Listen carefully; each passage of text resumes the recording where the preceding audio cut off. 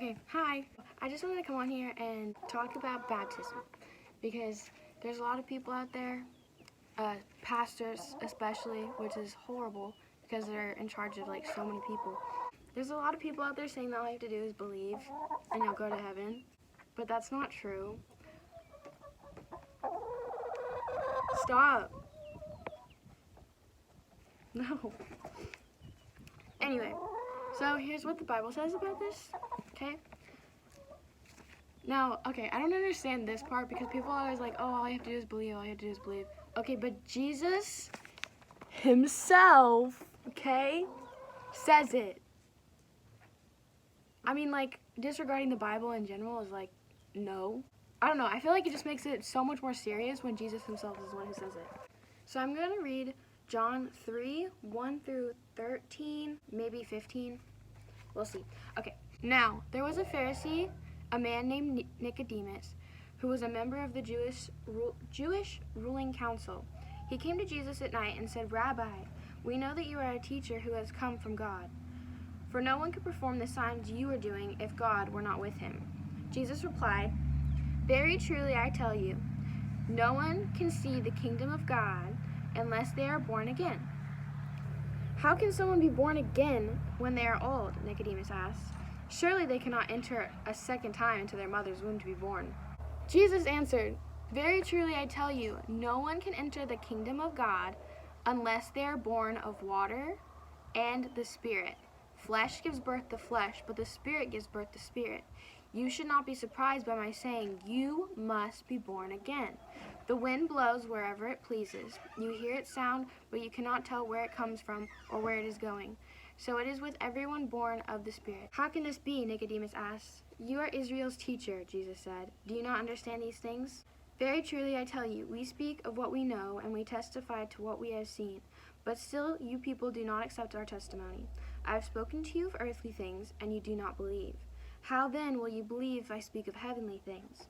No one has ever gone into heaven except the one who came from heaven, the Son of Man. Just as Moses lifted up the snake in the wilderness, so the Son of Man must be lifted up, that everyone who believes may have eternal life with him." That's literally 14 verses. Okay, and then people bring up, "For God so loved the world that he gave his one and only Son, that whoever believeth in him shall not perish but have eternal life." It goes with the rest of it. It's not separated. It's not just believing. You believe and you are baptized. Because why are you going to get baptized if you don't believe in God? You're not. You must believe and be baptized. They go hand in hand. They're not separate. Now this is Acts 19, 1 through 7. "While Apollos was in Corinth, Paul took the road through the interior and arrived at Ephesus." I don't know if I'm saying that right. "There he found some disciples and asked them, 'Did you receive the Holy Spirit when you believed?' Hand in hand. Listen to this. They answered, 'No, we have not even heard that there is a Holy Spirit.' So Paul asked, 'Then what baptism did you receive?' 'John's baptism,' they replied. Paul said, 'John's baptism was a baptism of repentance. He told the people to believe in the one coming after him, that is, in Jesus. On hearing this, they were baptized in the name of the Lord Jesus. When Paul placed his hands on them, the Holy Spirit came on them, and they spoke in tongues and prophesied. There were about 12 men in all." Now here again, believing and baptism go hand in hand.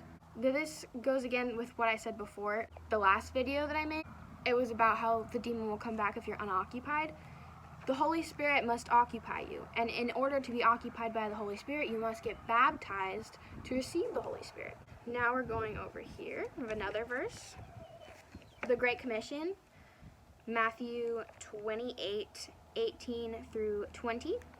"Then Jesus came to them and said, 'All authority in heaven and on earth has been given to me. Therefore go and make disciples of all nations, baptizing them in the name of the Father and the Son and the Holy Spirit, and teaching them to obey everything I have commanded you. And surely I am with you always, to the very end of the age.'" And I have one more. I haven't read everything, but these are the verses that I have found so far. This is Romans 6. "What shall we say then? Shall we go on sinning so that grace may increase? By no means. We are those who have died to sin. How can we live in it any longer? Or don't you know that all of us who were baptized into Christ Jesus were baptized into his death? We were, therefore, buried with him through baptism into death, in order that just as Christ was raised from the dead through the glory of the Father, we too may live a new life. For if we have been united with him in the death like this, we will certainly also be united with him in a resurrection like this. For we know that our old self was crucified with him so that the body ruled by sin might be done away with, that we should no longer be slaves to sin, but because anyone who has died has been set free from sin. Now if we died with Christ, we believe that we will also live with him. For we know that since Christ was raised from the dead, he cannot die again. Death no longer has mastery over him. Okay, now all that correlates, like the believing and baptism, they go together. And then this verse that I read in my last one about the impure spirit that goes and comes back with 7 more and sees that the soul is unoccupied, the body is unoccupied. I will re-enter the house I left. When it returns, it finds the house unoccupied, swept clean, and put in order. Then it goes and takes 7 other spirits more wicked than itself, and they go live in there. And the final condition that person is worse than the first. In order to be occupied by the Holy Spirit, you must be baptized. I don't have some final statement other than you must believe and be baptized. People are taking these believe scriptures out of context. So whenever you're reading the Bible or somebody gives you scripture, double check, verify, go back, read the verse itself, and then read the whole chapter. You can't take it out of context. That's cherry picking. If you're taking one verse, you're taking it out of context, using it to fit your whatever you want to believe, you're taking it out of context, you're cherry picking. That's wrong. You're warping the Bible. Anyway, stay safe, read your Bible, pray. Okay, that's all. Bye. I love you. God loves you more.